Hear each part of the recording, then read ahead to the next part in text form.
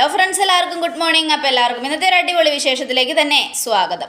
അങ്ങനെ ഗീതു നിർബന്ധിച്ച് ചോദിക്കുകയാണ്, അമ്മ എന്നോട് പറയണം, രഞ്ജുവുമായിട്ട് ബന്ധമുള്ള രഹസ്യം എന്താണെന്ന് എന്നോട് പറഞ്ഞേ പറ്റൂ മോളെ. അത് പിന്നെ ഞാൻ എന്ന് പറയുമ്പോഴേക്കും വിജയലക്ഷ്മി രഞ്ജുവിനെ കാണുക. മോളെ അതേ അങ്ങോട്ട് നോക്ക്, രഞ്ജു എന്നും പറയണം. അപ്പോൾ രഞ്ജു സംശയത്തോടെ അങ്ങ് വന്നു. എന്താ നിങ്ങൾ സംസാരിച്ചുകൊണ്ടിരുന്നത്? ഞാനുമായിട്ടുള്ള എന്ത് രഹസ്യമാണ് ഗീതു അമ്മയോട് ചോദിക്കുന്നത്? അത് കേട്ടതും ഏയ് ഒന്നുമില്ല എന്ന് രണ്ടുപേരും ഒരുമിച്ച് പറയുക. അത് പിന്നെ രഞ്ജു, അന്ന് വീട്ടിൽ അറക്കൽ വീട്ടിൽ അനാർക്കലി വന്നപ്പോൾ അവളെ സഹായിച്ചത് നീയാണല്ലോ. അതിൻ്റെ കാരണം വിജയലക്ഷ്മി അമ്മയാണല്ലോ. അതെന്തിനായിരുന്നു എന്ന് ഞാൻ അമ്മയോട് ചോദിക്കുകയായിരുന്നു. അല്ല, എന്നെ കബളിപ്പിക്കാൻ നോക്കണ്ട. നീ അതിനെക്കുറിച്ചല്ല ഗീതു ചോദിച്ചത്. നീ ചോദിച്ചത് എൻ്റെ രഹസ്യത്തെക്കുറിച്ചാണ്. അതായത് ഗോവിന്ദേട്ടൻ്റെ രണ്ടാമത്തെ ചോദ്യം. ഗോവിന്ദേട്ടൻ ചോദിച്ച അമ്മയോട് ചോദിച്ച 2 ചോദ്യത്തിലെ 1. അതിനർത്ഥം ഞാൻ എങ്ങനെയാണ് ജനിച്ചതെന്ന് നീ അമ്മയോട് ചോദിക്കുന്നു എന്നാണ്. എനിക്ക് മനസ്സിലായി. പക്ഷേ നീ അത് അമ്മയോട് ചോദിച്ചിട്ട് കാര്യമൊന്നുമില്ല. ഞാനിത് ചോദിക്കാൻ തുടങ്ങിയിട്ട് 10-21 വർഷമായി, 10-22 വർഷമായി. ഇതുവരെയും അമ്മ എന്നോട് പറഞ്ഞിട്ടില്ല. എനിക്ക് ഓർമ്മ വെച്ച കാലം മുതൽ അച്ഛൻ മരിച്ചു എന്ന് മാത്രമേ പറയുന്നുള്ളൂ. ആ അച്ഛനെ ഫോട്ടോയിൽ പോലും ഞാൻ കണ്ടിട്ടില്ല. അയാളുടെ ഫോട്ടോ പോലും വെക്കാൻ പറ്റാത്ത സാഹചര്യത്തിലൂടെയാണ് അമ്മ കടന്നു പോയിരിക്കുന്നത്. അതിൻ്റെ അർത്ഥം അയാളുമായിട്ടുള്ള ജീവിതം അമ്മയ്ക്ക് അത്ര ശ്വാസം മുട്ടലായിരുന്നു. അതുകൊണ്ട് ഞാനും ഒന്നും ചോദിക്കില്ല ഗീതു. അമ്മയ്ക്ക് മനസ്സുള്ളപ്പോൾ പറയട്ടെ. മനസ്സിൽ അമ്മയ്ക്ക് തോന്നുകയാണെങ്കിൽ നമ്മളോട് 2 പേരോടും കാര്യങ്ങൾ പറയട്ടെ. അതാണ് എൻ്റെ വിശ്വാസം എന്നൊക്കെ പറയാണ്. ഇത് കേട്ടതും നമ്മുടെ വിജയലക്ഷ്മി അത് ശരിയാ. അതെ, ഞാൻ ഗർഭിണിയായിരിക്കുമ്പോഴേ എനിക്ക് ഈ വട്ടയപ്പം കഴിക്കാൻ ഭയങ്കര ഇഷ്ടമായിരുന്നു. അപ്പോൾ ഞാൻ ഇടയ്ക്കിടയ്ക്ക് വട്ടയപ്പം ഉണ്ടാക്കി കഴിക്കാറുണ്ട്. അതുകൊണ്ട് നിങ്ങൾക്ക് തരാൻ ഞാൻ വട്ടയപ്പത്തിനുള്ള മാവ് അരച്ച് വെച്ചിട്ടുണ്ട്. നമുക്കേ വട്ടയപ്പം ഉണ്ടാക്കാം. 3 പേർക്കും കൂടെ അടുക്കള പോയി ഉണ്ടാക്കാം. ഒരുപാട് വട്ടയപ്പം കഴിച്ചുകൊണ്ടായിരിക്കും ഇപ്പം ബാക്കിയുള്ളവനെ വട്ട് കളിപ്പിക്കുന്നത് എന്നും ഗീതു. അത് കേട്ടതും രഞ്ജുവിന് ചിരി വരിക. അപ്പോൾ വിജയലക്ഷ്മിക്കും ഈ സമയം പിന്നീട് കാണിക്കുന്ന അറയ്ക്കലാണ്. നമ്മുടെ വരുണ്ണാണെങ്കിൽ കുടിക്കാതിരുന്നിട്ട് ഒരു രക്ഷയുമില്ല.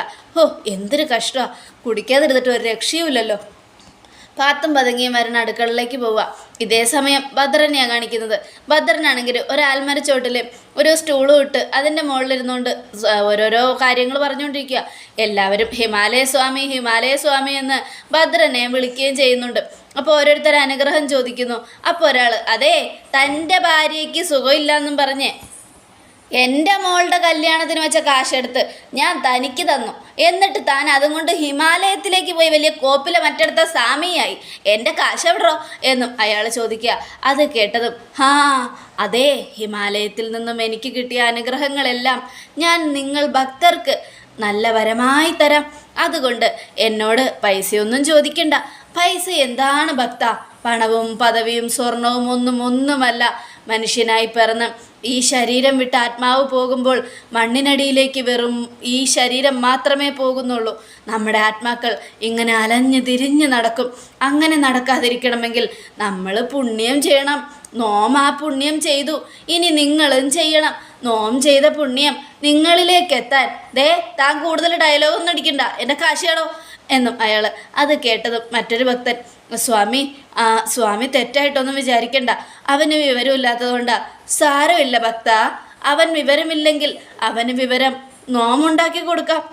ഇല്ലെങ്കിലും അവന് വിവരമുണ്ടാകാൻ ദൈവത്തിനോട് പ്രാർത്ഥിക്കാം എന്നും ഭദ്രൻ.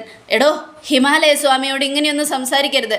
സ്വാമിയെ മനസ്സറിഞ്ഞൊന്ന് ശപിച്ചാലുണ്ടല്ലോ താൻ പിന്നെ വല്ല മാനോ പട്ടിയായിട്ട് നടക്കേണ്ടി വരും എന്നും ഭദ്രൻ. അയ്യോ സ്വാമി, ചതിക്കരുത്, ശപിക്കരുത്. അവൻ എൻ്റെ കൂട്ടുകാരനാ. വിവരമില്ലായ്മ കൊണ്ട് ഓരോന്ന് പറയുന്നതാ. എന്നാ വിളിച്ചോണ്ട് പോവുക. അത് കേട്ടതും നമ്മുടെ അവിടെ ചുറ്റും നിന്നവരൊക്കെ വിളിച്ചുകൊണ്ട് പോവുകയാണ്. അയാളെ വാട ഇങ്ങോട്ടെന്നും പറഞ്ഞുകൊണ്ട്. രക്ഷപ്പെട്ടു. ഭാഗ്യമുണ്ടെങ്കിൽ നിനക്കൊരു ലോട്ടറി അടിക്കാൻ ഞാൻ പ്രാർത്ഥിക്കാം എന്നും പറഞ്ഞ് ഭദ്രൻ. ഈ സമയം വിനോദ് വരിക. അച്ഛൻ സ്വാമി വന്നു എന്നറിഞ്ഞതോടുകൂടി അമ്മ അവിടെ കാത്തിരിക്കുക. അങ്ങോട്ട് വാ. എങ്ങോട്ട്? വീട്ടിലേക്ക്. ഇതാണ് നമ്മുടെ വീട്. ഇത് മുഴുവനും നമ്മുടെ വീട്.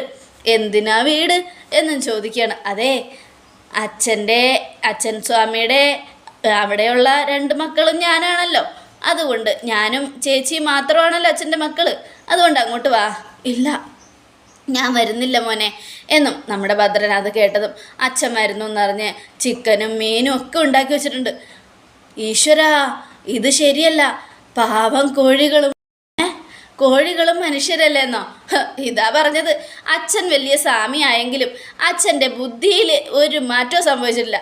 അച്ഛനെ ബുദ്ധി ഇതുവരെ വികസിച്ചിട്ടില്ല അല്ലേ എന്നും വിനോദ്. ഓ, അച്ഛൻ വരുന്നു എന്ന് പറഞ്ഞ് ഞാൻ നല്ല വിദേശ മദ്യമാണ് മേടിച്ചത്. വേണ്ടെങ്കിൽ വേണ്ട, ഇത് ആർക്കെങ്കിലും കൊടുക്കാമെന്നും പറഞ്ഞുകൊണ്ട് വിനോദ സഞ്ചിയിൽ നിന്നും മദ്യം എടുത്ത് കാണിക്കുക. അത് കണ്ടതും ഭദ്രൻ ആകെ ആപ്പിലായി. അതെ, മദ്യം എന്ന് പറഞ്ഞാൽ ഭദ്രനൊരു വീക്ക്നെസ് ആണല്ലോ. എന്ത് ചെയ്യണമെന്നറിയാതെ ഇങ്ങനെ ഇരിക്കുകയാണ്. ഈ സമയം വരുണും അതേ ഇതിൽ നിന്ന് ഫ്രിഡ്ജിൽ നിന്ന് മദ്യം എടുത്തുകൊണ്ട് പതുക്കെ ഇങ്ങനെ ചുറ്റും നിൽക്കുമോ. ഈ വീട്ടിലെ അംഗങ്ങൾ കുറേ ആയതുകൊണ്ട് ഒന്ന് സമാധാനത്തോടിരുന്ന് മദ്യപിക്കാനും വഴിയില്ല. എന്താ ഇപ്പം ചെയ്യുക? ഐഡിയ, ഈ മദ്യം കൊണ്ട് സത്യദാസ് സാറിൻ്റെ റൂമിലേക്ക് പോവാം എന്നും ആലോചിച്ചുകൊണ്ട് വരുൺ ആ മദ്യം എടുത്ത് നേരെ അങ്ങോട്ട് ചെല്ലുക. അപ്പോൾ വരുൺ, അതെ അങ്കിളെ, ഞാൻ അങ്കിളിനോട് കുറച്ച് നേരം സംസാരിക്കാമല്ലോ എന്ന് കരുതി വന്നതാ. എന്താ ഇവിടെ ഒരു മദ്യത്തിൻ്റെ മണം? അത് കേട്ടതും മദ്യത്തിൻ്റെ മണമൊന്നുമില്ല അങ്കിളെ, ഞാൻ തലവേദനയായിട്ട് ബാമ പുരട്ടിയ മണമാ. അത് കേട്ടതും ഓ, അതല്ല, മദ്യത്തിൻ്റെ മണം തന്നെ എനിക്ക് വരുന്നത്. ഈശ്വരാ, ഈ മദ്യത്തിൻ്റെ മണം പിടിച്ചു വെക്കാനും പറ്റുന്നില്ലല്ലോ. ഇവരാണെങ്കിൽ മദ്യം കൊണ്ട് എൻ്റെ മുന്നിലിരുന്ന് കുടിക്കുക. അങ്കിളെ, ഞാൻ അങ്കിളിനോടൊരു കാര്യം ചോദിക്കാനാണ് വന്നത്. എനിക്ക് 1 കോടി രൂപ മറിച്ച് തരാൻ പറ്റുമോ? അത് കേട്ടതും നിനക്ക് എത്ര രൂപ വേണമെങ്കിലും ഞാൻ തരാം മോനെ, പക്ഷേ എന്നെ നീ ഒരു പ്രാവശ്യമെങ്കിലും അച്ഛാന്ന് വിളിക്കണം. അത് കേട്ടതും നമ്മുടെ വരുൺ, അത്രയേ ഉള്ളൂ അച്ഛാ? അച്ഛനെ ഞാൻ അച്ഛാന്നല്ലാതെ പിന്നെ എന്താ അച്ഛാ വിളിക്കേണ്ടത്? അത് കേട്ടതും നമ്മുടെ വരുൺ, സത്യദാസ് ആണെങ്കിൽ സന്തോഷത്തോടെ ഇങ്ങനെ നിൽക്കുക. കാരണം സത്യദാസിന് അറിയാലോ വരുൺ സ്വന്തം മോനാണെന്ന്. ഈ സമയം ഇനി എൻ്റെ സ്വത്തുക്കളെല്ലാം നിനക്കുള്ളതാടാ എന്നും സത്യദാസ്. അപ്പോഴാണ് സുവർണയുടെ ഫോൺ വരുന്നത്. സുവർണയുടെ ഫോൺ വന്നതും, ഹലോ സുവർണ, പൈസയുടെ കാര്യം ഓർത്ത് നീ ടെൻഷനൊന്നും അടിക്കണ്ട, പൈസ നമുക്ക് ഉണ്ടാക്കാം. ഞാനേ ദേ ഇതിനോട് സംസാരിച്ചുകൊണ്ടിരിക്കുക, ഷേണായി ഗ്രൂപ്പുകാരോട്. എന്തായാലും ആ സാറ് നമ്മളെ സഹായിക്കും എന്നുള്ള കാര്യം ഉറപ്പാണ്. അയാളെ കൊണ്ട് വല്ലതൊക്കെ ചെയ്യാൻ പറ്റുമോ സാർ? അതൊക്കെ പറ്റും. മന്തി ഇവിടെ ഇരിക്കട്ടെ എന്നും പറഞ്ഞുകൊണ്ട് വരുൺ അവിടെ നിന്ന് ഫോണിൽ സംസാരിച്ചുകൊണ്ടിരിക്കുക. ഈ സമയമാണെങ്കിൽ സത്യദാസ് വരുൺ അങ്ങോട്ട് തിരിഞ്ഞ നേരത്തിന് ആ മദ്യം എടുത്ത് കുടിക്കുകയാണ്. അത് കുടിച്ചു കഴിഞ്ഞതും തിരിഞ്ഞു നോക്കിയ വരുൺ മദ്യം ഗ്ലാസ്സിലില്ലാത്തതുകൊണ്ട് ഞെട്ടി. ഇതെവിടെ പോയി എന്ന് ആലോചിച്ചുകൊണ്ട് പോയി നോക്കാം. സാർ, ഞാൻ ചോദിച്ചതിനുള്ള മറുപടി തന്നില്ല. സോറി സുവർണ, നീ എന്താ ചോദിച്ചത്? അവരുടെ പൈസ എത്രയും പെട്ടെന്ന് കൊടുക്കാൻ പറ്റുമോ അതിനാ സത്യദാസ് നമ്മളെ സഹായിക്കുമെന്ന്. സഹായിക്കും, നീ ധൈര്യമായിട്ടിരിക്കും സുവർണ എന്നൊക്കെ പറഞ്ഞുകൊണ്ട് ആശ്വസിപ്പിക്കുകയാണ്. ഈ സമയമാണെങ്കിൽ പിന്നീട് നമ്മുടെ വരുണ അതൊക്കെ കുപ്പിയൊക്കെ ഇങ്ങനെ ഇതായിക്കൊണ്ടിരിക്കുമ്പോൾ കുപ്പി അവിടെ വെക്കാനൊരു രക്ഷയില്ല. അപ്പോഴാണ് നമ്മുടെ രാധിക അതിൽ വരുന്നത്. അച്ചാന്ന് വിളിക്കുന്നത് കേട്ട് രാധിക ആകെ പേടിച്ചു. ഈശ്വര, രക്തത്തെ തിരിച്ചറിഞ്ഞു. എത്രയൊക്കെ മൂടി വെച്ചാലും രക്തത്തെ തിരിച്ചറിയുന്നുള്ളത് ഇങ്ങനെയെന്ന് മനസ്സിലായി. എന്തായാലും ഇനിയിപ്പോൾ അതിനെക്കുറിച്ച് പറഞ്ഞിട്ട് കാര്യമൊന്നുമില്ല. അവനെ തടയാനും കഴിയില്ല. അച്ഛാ, ഓ, ഈ വൃത്തികെട്ട മനുഷ്യനോട് 1 കോടി രൂപ മേടിക്കാമെന്ന് വിചാരിച്ച് ഇനിയിപ്പോൾ എന്ത് ചെയ്യും എന്നൊക്കെ ആലോചിച്ചുകൊണ്ട് വരുൺ ഇങ്ങനെ ടെൻഷൻ അടിച്ച് നിൽക്കുക. അപ്പോൾ വീണ്ടും സുവർണ അങ്ങനെ സംസാരിച്ച് ഫോൺ കട്ട് ചെയ്തു. അപ്പോഴേക്കും വരുൺ കുപ്പിയുമായിട്ട് പുറത്തേക്ക് പോകാൻ വെച്ചപ്പോൾ ഗീതുവും വരിക. രണ്ടുപേരും അപ്പുറത്തും ഇപ്പുറത്തും. പെട്ടെന്ന് വാതിൽ തുറന്ന് വരുൺ ഗീതുവിനെ കണ്ട് ഞെട്ടി ഓടിപ്പോയി മദ്യക്കുപ്പി അവിടെ വെച്ചു സത്യദാസിൻ്റെ അടുത്ത്. എന്നിട്ട് പതുങ്ങി വരുൺ പോകുന്നത് കണ്ടപ്പോൾ സത്യദാസ് പെട്ടെന്ന് തന്നെ കുപ്പി തുറന്ന് അരക്കുപ്പി മദ്യത്തോളം കാലിയാക്കുകയും ചെയ്തു. ഈ സമയമാണെങ്കിൽ വരുൺ, ഞാനേ സത്യദാസ് സാറുമായിട്ട് സംസാരിച്ചിരിക്കാമല്ലോ എന്ന് കരുതി വന്നതാ, അതിന് ഞാനൊന്നും ചോദിച്ചില്ലല്ലോ എന്നും ഗീതു. ഈ സമയം ഞാൻ വെറുതെ പറഞ്ഞതാ എന്നും പറഞ്ഞ് വരുൺ അങ്ങ് പോവുക. അപ്പോഴാണ് നമ്മുടെ ഗീതു അകത്തുനിന്ന് മദ്യത്തിൻ്റെ നാറ്റടിക്കുന്നുണ്ടിട്ട് ഗീതു ചോദിക്കുക, ഈ റൂമിൽ മദ്യപിച്ചോ അങ്കിൾ? അത് കേട്ടതും, ഇല്ല മോളെ, ഞാൻ മദ്യപിച്ചില്ലല്ലോ. പിന്നെ ആ വരുൺ ഇങ്ങോട്ട് വന്നായിരുന്നു. പയ്യൻ ഇവിടെ ഇരുന്ന് മദ്യപിച്ചോന്ന് എനിക്കറിയില്ല, മദ്യത്തിൻ്റെ മണമൊക്കെ വരുന്നുണ്ട്. ഞാൻ ചോദിച്ചപ്പോൾ ഇല്ല എന്നാ പറഞ്ഞത്. കണ്ണിന് കാഴ്ചയില്ലാത്ത എന്നെ പറ്റിക്കാൻ ഈസിയാണല്ലോ എന്നും പറയാം. അങ്കിളെ, ഇനി ഇവിടെ ഇരുന്ന് അയാൾ മദ്യപിക്കുകയാണെങ്കിൽ കണ്ണേട്ടനെ വിളിക്കുമെന്ന് പറഞ്ഞാൽ മതി. ശരി മോളെ. അങ്ങനെ ഗീതു അങ്ങ് പോയി. ഗീതു പോയി കഴിഞ്ഞതും, എൻ്റെ മോനെ ഭീഷണിപ്പെടുത്താനും മാത്രം നീ വളർന്നു അല്ലടി എന്നും ആലോചിച്ചുകൊണ്ട് സത്യദാസ് ഇങ്ങനെ ഇരിക്കുക. ഈ സമയമാണെങ്കിൽ പിന്നീട് നമ്മുടെ ഗീതു ആകെ ടെൻഷൻ അടിച്ച് നിൽക്കണം. എന്തിനായിരിക്കും വരുണേട്ടൻ അങ്ങനെയൊക്കെ ചെയ്തത്? ഒരു പിടിയും കിട്ടുന്നില്ലല്ലോ. അപ്പോൾ സത്യദാസും ആലോചിക്കുകയാണ്, എന്തായാലും എൻ്റെ മോനെയും ഈ വീട്ടിലിട്ട് ശ്വാസം മുട്ടിക്കുന്നത് ഇവളൊറ്റൊരുത്തിയ ഗോവിന്ദൻ്റെ വലം കൈ ഗീതാഞ്ജലി. ഇവളെ കൊല്ലാൻ അധികം താമസമൊന്നും വേണ്ട. പക്ഷേ ഞാനത് ചെയ്യില്ല. കാരണം ഇവളിവിടെ വേണം, ഇവളിവിടെ നിന്നെല്ലാം കാണണം. ഭദ്രൻ്റെ മകളായ ഇവള് ഇവിടെ നിന്ന് കരയുന്നത് എനിക്കും കാണണം, എല്ലാത്തിനും സാക്ഷിയാകാൻ ഇവള് വേണം, ജീവനോടെ വേണം എന്നൊക്കെ ആലോചിച്ചുകൊണ്ട് നമ്മുടെ ഗോവിന്ദനെയാണ് കാണിക്കുന്നത്.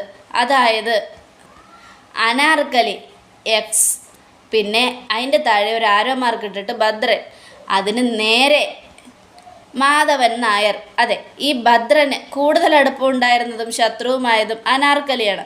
അനാർക്കലിയും ഈ എക്സും. ഈ എക്സ് രാധികാമ്മയാണോ എന്നെനിക്കൊരു സംശയമുണ്ട്. അതോടൊപ്പം തന്നെ ഈ എക്സും ഈ അനാർക്കലിയും ചേർന്നാണ് എൻ്റെ അച്ഛനെ ചതിച്ചതെന്ന് എനിക്കൊരു സംശയം. ഈ അനാർക്കലിയും ഈ എക്സും രണ്ടുപേരും കൂടെ ചേർന്ന് എൻ്റെ അച്ഛൻ്റെ ജീവിതത്തിൽ ഓരോരോ മാറ്റങ്ങൾ സംഭവിപ്പിച്ചു. ബിസിനസ്സിൽ മിടുക്കനായിരുന്ന എൻ്റെ അച്ഛൻ്റെ ജീവിതത്തിലേക്ക് കടന്നു വന്ന് ഈ അനാർക്കലിയും എക്സും കൂടെ ചേർന്ന് എൻ്റെ അച്ഛന് എന്തൊക്കെയോ സംഭവിപ്പിച്ചു. അത് കേട്ടതും സാർ അതെനിക്ക് മനസ്സിലാവുന്നുണ്ട്, പക്ഷേ ഈ എക്സ് അത് രാധികാമ്മയുടെ ആണോ സാർ? അതാണ് എൻ്റെ സംശയം. രാധികാമ്മയാണോ ആ എക്സ് എന്ന് കണ്ടുപിടിക്കേണ്ടതുണ്ട്. പക്ഷേ അങ്ങനെയാണെങ്കിലും ഈ ഭദ്രൻ എൻ്റെ അച്ഛൻ്റെ കാര്യസ്ഥനായിരിക്കുമ്പോൾ എൻ്റെ അച്ഛനെ ചതിക്കേണ്ട ഒരു കാര്യവും അയാൾക്കില്ല. എന്നാൽ ഈ അനാർക്കലിയും എക്സും കൂടെ ചേർന്ന് പറഞ്ഞാൽ ഭദ്രൻ എന്തും ചെയ്യും. അങ്ങനെയായിരിക്കും ഭദ്രൻ എൻ്റെ അച്ഛനെ ചതിച്ചത്. എൻ്റെ അച്ഛൻ മരണപ്പെടുകയും ചെയ്തു. അതെ, എൻ്റെ അച്ഛൻ്റെ കൊല നടന്ന് 5 വർഷങ്ങൾ കഴിഞ്ഞ് മറ്റൊരു കൊലപാതകം കൂടെ സംഭവിച്ചു. അതെ, സി ഐ കൃഷ്ണകുമാറിൻ്റെ കൊലപാതകം. അയാൾ മരിച്ചതിലൂടെയാണ് അനാർക്കലി അറസ്റ്റിലായത്. അനാർക്കലി അറസ്റ്റിലായപ്പോൾ പോലീസുകാരനെ കൊന്ന കുറ്റത്തിന് അവൾ ശിക്ഷിക്കപ്പെട്ടു. അങ്ങനെ വരുമ്പോൾ എൻ്റെ അച്ഛൻ്റെ മരണവും കൃഷ്ണകുമാറിൻ്റെ കൊലപാതകവും തമ്മിൽ എന്തെങ്കിലും ബന്ധമുണ്ടോ? അങ്ങനൊരു സംശയവും എനിക്കില്ലാതില്ല. അങ്ങനെ ബന്ധമുണ്ടെങ്കിൽ ഈ അനാർക്കലിയുടെ അടുത്തുള്ള എക്സിനെ മായച്ചിട്ട് അതിൽ സത്യദാസ് എന്ന് എഴുതുകയാണ് ശരി. സത്യദാസ് എന്ന് എഴുതിയാൽ ഉറപ്പായിട്ടും അന്ന് സംഭവിച്ച കാര്യങ്ങൾ പുറത്തു വരും. അതായത് എൻ്റെ അച്ഛൻ CIയോട് പോയി സംസാരിക്കുന്ന ആ ഒരു രംഗം എനിക്കിപ്പോഴും ഓർമ്മയുണ്ട്. അത് പിന്നെ സാർ എനിക്ക് 1 കോടി രൂപ കൂടെ കിട്ടാനുണ്ട്, അതും കൂടെ കിട്ടിക്കഴിഞ്ഞിട്ട് ഞാനെല്ലാം തീർത്തോളാം. പെട്ടെന്നൊരു 25 ലക്ഷം ഒപ്പിക്കാന്നൊക്കെ പറഞ്ഞാൽ അത് എവിടെ നടക്കാനാ? എത്രയും പെട്ടെന്ന് അത് ഒന്നും ശരിയാവില്ല, എത്രയും പെട്ടെന്ന് ഇയാളെ പിടിച്ച് അകത്തിട്, എന്നിട്ട് വീട് സീൽ വെക്കി പൂട്ടി. അത് കേട്ടതും മാധവൻ നായർ ചങ്ക് തകർന്ന് കയ്യിൽ വിലങ്ങ് വെച്ച് പോലീസുകാരുടെ കൂടെ അപമാനിക്കപ്പെട്ട് ഇറങ്ങിപ്പോകുന്ന ആ രംഗം ഗോവിന്ദൻ്റെ കണ്ണിലേക്ക് തെളിഞ്ഞു വരിക. എൻ്റെ അച്ഛൻ അന്ന് ഒരുപാട് അപമാനിക്കപ്പെട്ട തളർന്നു പോയത്.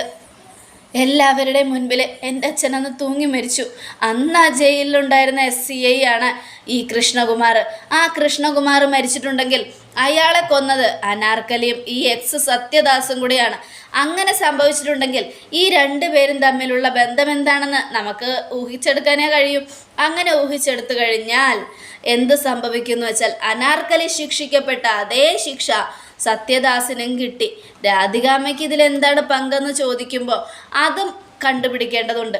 എന്നാൽ ഈ എക്സ് സത്യദാസും അനാർക്കലിയും കൂടെ ചേർന്ന് എൻ്റെ അച്ഛനെ കൊന്നതുകൊണ്ട് 2 പേരും, അതായത് ഒന്നെങ്കിൽ സത്യദാസിൻ്റെ കൈകൊണ്ട് അനാർക്കലി, ഇല്ലെങ്കിൽ അനാർക്കലിയുടെ കൈകൊണ്ട് സത്യദാസ്, 2 പേരിലും ആരെങ്കിലും ഒരാളും മരിക്കണം.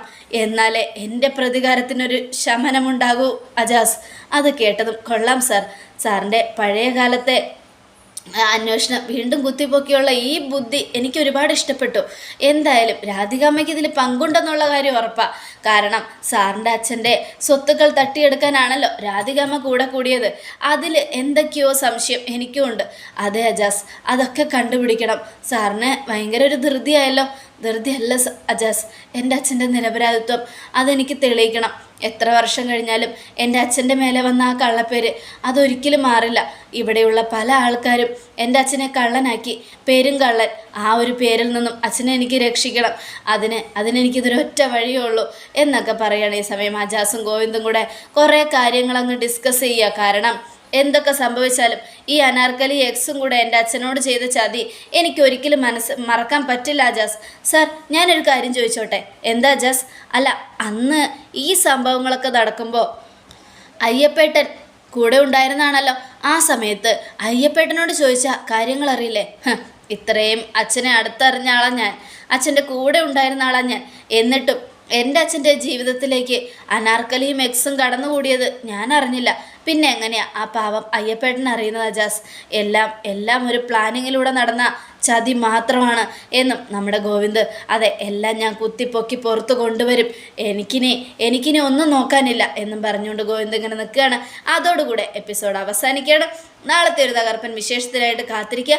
അതേ പ്രേക്ഷകരെ, സത്യദാസിനെ പുറത്തിറക്കിയ നമ്മുടെ ഗോവിന്ദ് ഒരു ബുദ്ധിശാലി തന്നെയാണ്. കാരണം സത്യദാസ് പുറത്തിറങ്ങിയാൽ ഉറപ്പായിട്ടും മാധവൻ നായർ മരിച്ചതിൻ്റെ കാരണങ്ങൾ പുറത്തു വരും. അനാർക്കലി, രാധിക, എക്സ്, സത്യദാസ്, ഇനി എന്തൊക്കെ സംഭവിക്കുമെന്ന് ഉറപ്പായിട്ടും കാത്തിരുന്ന് തന്നെയാണ്. എല്ലാവർക്കും ഒരിക്കൽ കൂടെ നല്ലൊരു ശുഭദിനം.